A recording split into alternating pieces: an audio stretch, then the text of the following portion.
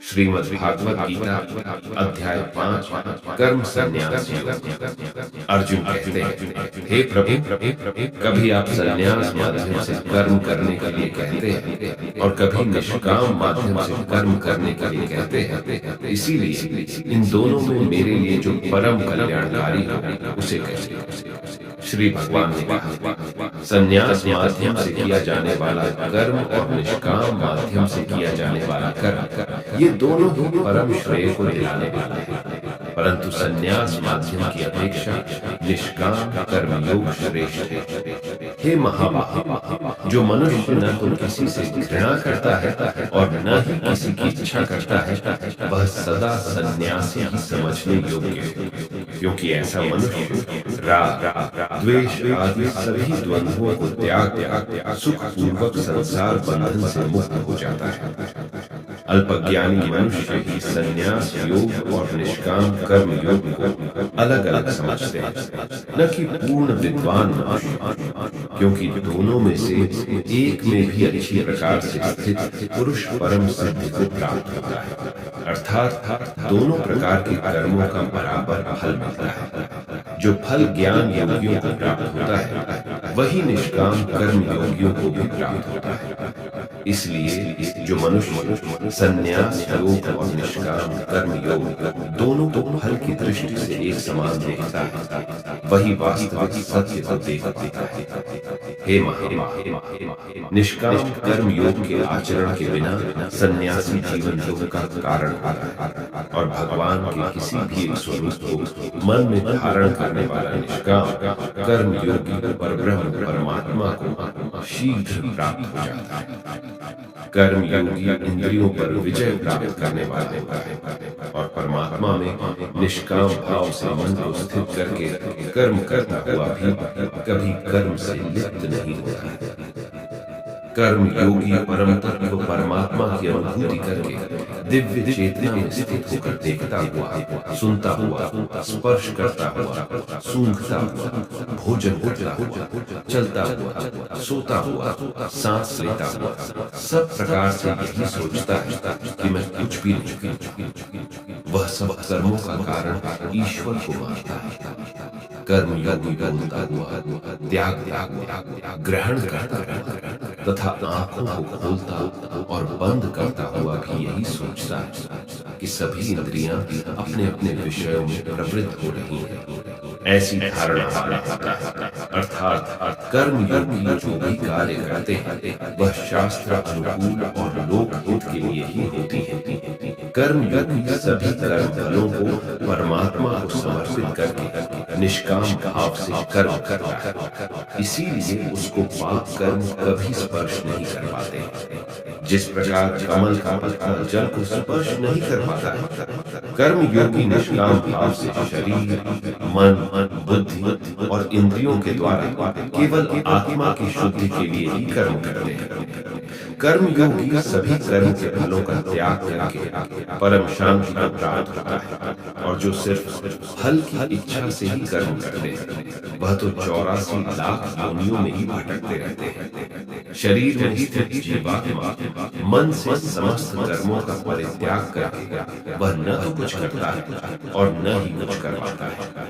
तब वह 9 द्वारों वाले स्थूल शरीर में आनंद पूर्वक आत्म स्वरूप में स्थित रहता है। शरीर में स्थित जीवात्मा देह का कर्ता न होने के कारण इस लोक में उसके द्वारा न तो कर्म उत्पन्न होते हैं और न ही कर्म फलों से कोई संबंध रहता है, बल्कि यह सब प्रकृति के गुणों के द्वारा ही किए जाते हैं। शरीर में स्थित परमात्मा न तो किसी के पाप कर्म और न ही किसी के पुण्य कर्म को ग्रहण करता है, किंतु जीवात्मा मोह से ग्रसित होने के कारण परमात्मा जीव के वास्तविक ज्ञान को आच्छादित किए रहता है। किंतु जब मनुष्य का ज्ञान तत्व ज्ञान द्वारा नष्ट हो जाता है, तब उसके ज्ञान के दिव्य प्रकाश से उसी प्रकार परम तत्व परमात्मा प्रकट हो जाता है। जिस प्रकार सूर्य के प्रकाश से संसार की सभी वस्तुएं प्रकट हो जाती हैं।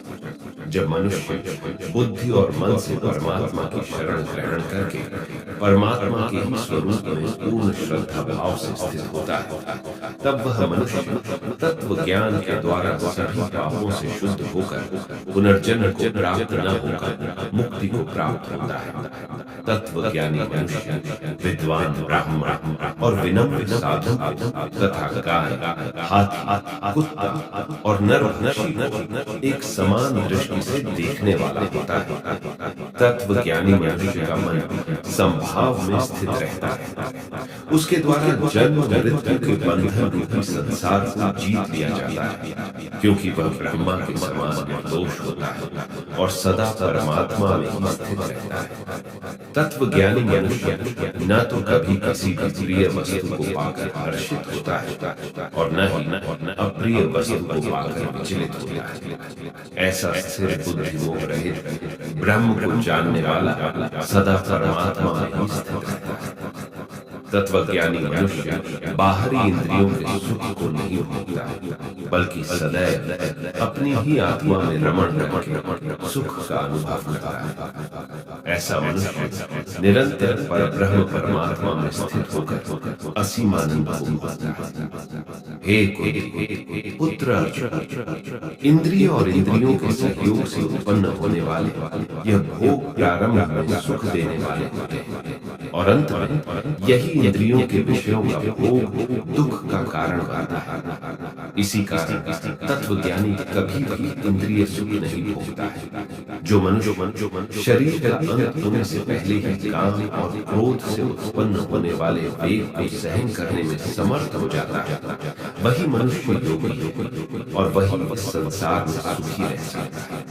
जो मनुष्य अपनी आत्मा में ही सुख चाहने वाला होता है और अपने मन को अपनी ही आत्मा में स्थिर रखने वाला होता है, जो आत्मा में ही ज्ञान प्राप्त करने वाला होता है, वही मनुष्य योगी और वही ब्रह्मा के साथ एक होकर पर ब्रह्म परमात्मा को प्राप्त होता है। जिनके सभी पाप और सभी प्रकार की दुविधाएं ब्रह्मा का स्पर्श करके मिट गई, जो समस्त प्राणियों के कल्याण में लगे रहते हैं, वही ब्रह्मा ज्ञानी मनुष्य मन को आत्मा में स्थित करके परम शांति स्वरूप परमात्मा को प्राप्त करके मुक्त हो जाते हैं।